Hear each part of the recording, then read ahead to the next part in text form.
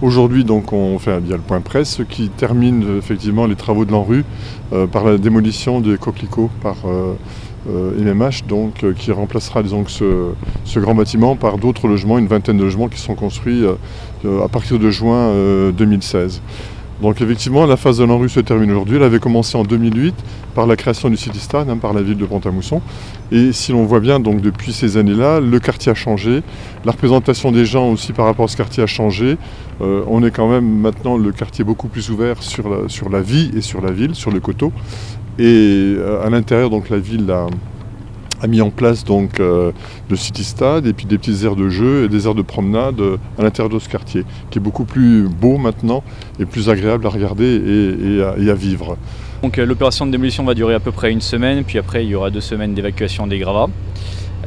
Pour la partie de démolition, on va couper la rue à l'arrière et modifier le sens de circulation. Ce sera l'impact principal pour les habitants. Et après, on va limiter au maximum les émissions de poussière en arrosant la chute des gravats.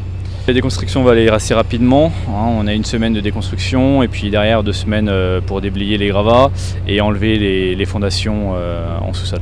Après avoir bien discuté avec la mairie, on a pris cette décision donc, de démolir le bâtiment coquelicot et de programmer en parallèle au niveau des services de l'État une reconstruction que j'avais fait la faisabilité, une capacité foncière permettant de construire 20 logements neufs, collectifs, plus garage en rez-de-chaussée, garage collectif individualisé.